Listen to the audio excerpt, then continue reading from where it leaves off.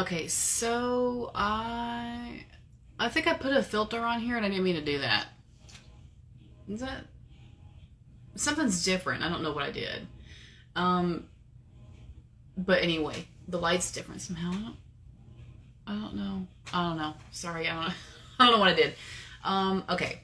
So next in the group, Lenny says, um, I'm going through trying to do these things, but stuck in my anger mode. The anger is boiling under the surface until I blow up a little. It is like a release valve for the overload, if that makes sense. Yes, it does. I am so tired of people who think I need anger management. I'm constantly controlling my temper because if I slip, oh boy. Okay, yeah. Um, so anger comes from usually comes from a boundary being violated, and also that resulting in like a feeling of powerlessness or fear of being powerless. And when somebody does the wrong thing and pisses you off, what you have to remind yourself is that first of all, that person has no idea what they're doing. Well, they might know that they're trying to piss you off. They could be doing it intentionally, maybe, but that person can't take your power by pushing their luck with you. It's just like when you're going down the road and some driver does something fucking ridiculous and they piss you off for a couple minutes. If y'all didn't get in a wreck, um, okay, so if y'all didn't get in a wreck, and if that person just did something stupid and then kept flying down the road, and you were angry for a moment and then you calm down eventually and then you make it to your destination. You still made it to your destination. Well, you might have been pissed off the whole way there, I'm not sure. But let's say you made it to your destination. So you still did what you had set out to do anyway. Do you see what I mean?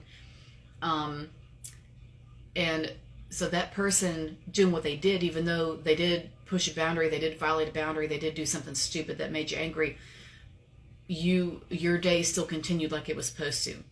Let's say even if the driver did something stupid, y'all got in a wreck because of them, and then you gotta call the police and call the DOD and everybody else to get involved in whatever in this car wreck. Um, Being angry still isn't, I don't want to say that being angry won't help, but like lashing out at them or whatever, it's not gonna change the process because you still got to go through a certain process to remedy everything. So getting carried away with the boundary being violated, is not. I don't. It's hard for me to say, it's not going to help either of you because I don't want people to get the idea that I'm telling you to ignore your anger, because you shouldn't do that, because your anger is telling you what your values are, and it's telling you what's important to you, and it's telling you when somebody has done something that you feel is disrespectful to you, and that's important because you're realizing you're telling yourself what you deserve and what you don't deserve when you get angry at somebody.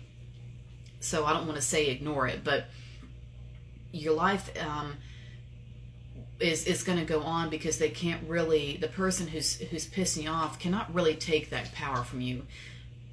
They might act like they can because that's what that might be what they really want, but if they're doing it intentionally, but really they're like all the rest of us, for the most part. They're in their own world, they're in their head, and they're just kind of doing their own thing. And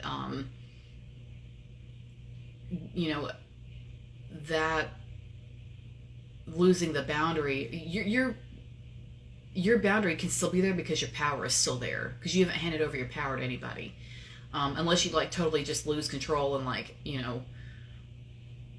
make an ass of yourself, which obviously you're not doing, because you say I'm constantly controlling my temper.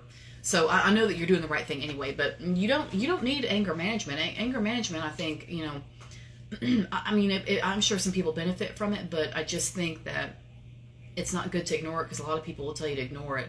I had somebody who thought they were a real guru who told me to tell my clients, when I was doing women's anger management. He told me to just let all of my women clients know that they need to push the anger down and out of their body and let it go.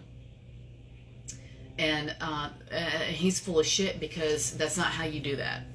That's not what you do. You don't push. I don't even know where to start with how wrong that is. We are not here to ignore our feelings. So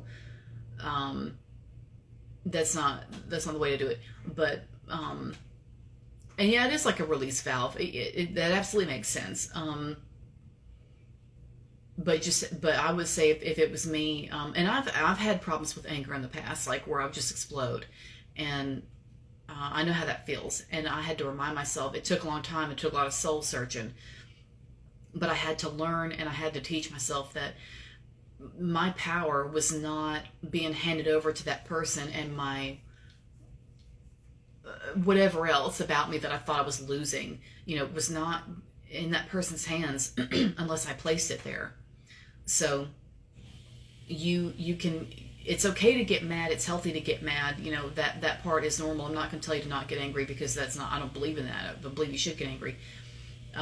Because that shows you what your morals are, but at the same time, just don't let it consume you, because, which I think you're not doing. I think you're probably pretty good at it, keeping it under control. But for anyone out there who is having a problem with it, you have to remember, when you're getting angry, ask yourself, are you handing over your power to that person in your pissed offedness? Are you handing over your power? You're the only one who would know the answer to that. The person asking himself the question is going to be the only person with the answer. Are you or aren't you? I don't know. You know what I mean? So that would be where I would start if it was me, and it has been. But that's where I would start. Is, am I handing over my power to this person, or is it okay for me to just be pissed off for a few minutes and let it subside? Let myself feel it. Let myself understand it and understand why I'm angry, and then ask myself, okay. And then when it's over with, in the middle of your anger, ask yourself if you're handing over your power, and then at the end of your anger, after you've cooled down, I would say ask again. Ask yourself, are you handing over your power to that person now that you're calm? The answer is likely no. So as long as you've done that, you're A-okay. Nothing's changed about you, and you haven't really lost anything. So I would say that. Yeah, but yeah. And it's the same with a narcissist, obviously, especially with them, because they love for us to lose control. They love that. Because there have been times, I swear to God, there were times when I absolutely snapped. And they thrive on that shit, because they see that, because what they want is for you to just utterly lose control, because it puts them in power by being the level-headed one. And what's wrong with you and shit like that, and that's bullshit, but that's how they do. And they especially appreciate somebody just losing their shit. So it's good to keep that in mind, when you're dealing with somebody who is there to just try to turn your life upside down and use it all against you. But anyway, but that was a good response as well. So thank you, Lenny, for your activity in the group. You've been great, and yeah, that was a good response. So thanks for that, and I hope that puts it in perspective for you, and I hope that it was a good little tip to help you kind of get through it. If you have any other ideas about that, let me know, and that's it. So yeah, but that was good. So thank you for listening, and thank you for your input and your activity, and yeah, that's it. So thanks. Bye.